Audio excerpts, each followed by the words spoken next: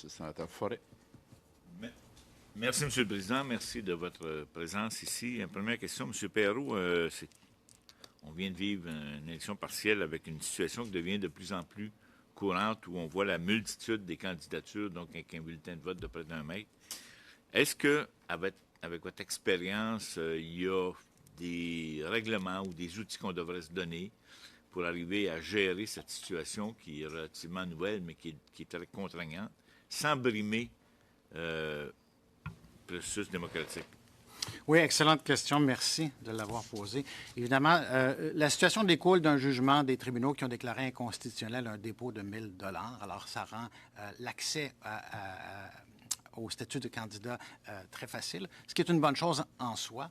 Mais on voit ici, là, depuis plusieurs élections partielles, une initiative qui utilise ça pour faire valoir un point. Alors, le droit de se porter candidat est un droit protégé, quelles que soient les motivations, et je dois absolument respecter ça. En même temps, la situation est en train de soulever des enjeux d'accessibilité pour les électeurs et les électrices qui ont une faible littératie ou qui sont malvoyants. C'est extrêmement difficile de se retrouver là-dedans. Alors oui, je pense qu'il faut revoir les règles. J'ai l'intention de m'adresser au Parlement dans le contexte du projet de loi C-65 pour voir si on peut resserrer certaines règles, notamment sur les signatures qui sont requises pour être à l'appui d'une mise en candidature. Est-ce que l'argumentaire du jugement était surtout dû au fait que le montant de 1 000 $ devenait contraignant pour un libre accès ou quel était l'argumentaire du jugement? En fait, si je peux le résumer simplement, c'est que le 1 000 $ avait un impact arbitraire, que des gens qui sont fortunés, qui pourraient, pour des raisons frivoles, être candidats, ne verraient pas un obstacle du dépôt de 1 000 $, tandis que des gens qui sont sérieux, mais sans ressources, pourraient y voir un obstacle. Donc, le sérieux de la candidature n'est pas bien reflété par un critère financier. Deuxième rond. Oui, mais je veux juste intervenir, si vous permettez. C'est rare que je le fais, mais le domaine droit électoral, c'est quelque chose que je connais un petit peu. Avez-vous pensé à limiter le nombre d'agents officiels à un seul candidat? Parce que ce sont tous des gens qui ont le même agent officiel. Le rôle d'agent officiel, par définition, c'est un caractère assez, quand même, doit être indépendant des autres, là, sinon ça peut donner une image d'organisation entre, là, puis de peut atteindre le processus démocratique.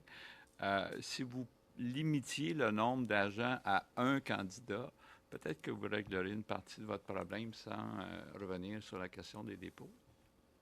Je n'ai pas l'intention de revenir sur la question des dépôts et vous avez raison. Je pense que c'est un élément de solution. Je ne suis pas certain que c'est un élément qui va pouvoir être considéré dans le contexte du projet de loi C-65 qui ouvre la question des signatures. Donc, on aura une discussion parlementaire sur les signatures. Et est-ce que ce doit être des signatures uniques? Non, mais moi, je parlais des agents financiers. Oui, mais les agents financiers, c'est peut-être même dans votre rôle, vous n'avez peut-être même pas besoin de changer la loi. Non, j'ai besoin de changer la loi pour ça aussi. Et donc, on pourra regarder ça. Je suis d'accord avec vous sur ce point-là. Je cherche le véhicule pour... OK. Merci, sénateur Gignac. Cette discussion-là avec mes collègues, le projet de loi C-65, ça a été déposé en 2021. Il a été adopté en deuxième lecture à la Chambre des communes au mois de juin dernier. Mais il n'est pas encore... il a été en deuxième lecture, mais il n'est pas encore adopté à la Chambre des communes, puis après, il faut qu'il s'en vienne au Sénat. Or, on n'est pas sorti de l'auberge, là, dans le sens que les probabilités qu'on ait tout ça, que ça soit réglé, c'est 65 avant les prochaines élections. Il se pourrait que ce projet de loi-là ne soit pas adopté à temps pour les prochaines élections si on se fie à ce qui se passe à l'autre Chambre. Est-ce qu'on va être pris comme ce qu'on a vécu à Toronto, puis hier à la salle, avec des bulletins de vote de 1 mètre de long, puis vous me dites que vous ne pouvez rien faire, y compris la suggestion de notre président au plan administratif ou technique, sans avoir un changement à la loi? Vous devez avoir des outils dans votre coffre à outils. Pourriez-vous élaborer davantage? Du Canada est extrêmement prescriptive et doit être interprétée d'une manière qui favorise l'exercice du droit de vote et de la mise en candidature. Je vais regarder, et j'ai regardé, je vais regarder à nouveau ce qui peut être fait, mais je pense que ça prend un changement législatif. Cela dit, je pense que ceux qui ont suivi les activités du comité pour le long bulletin de vote.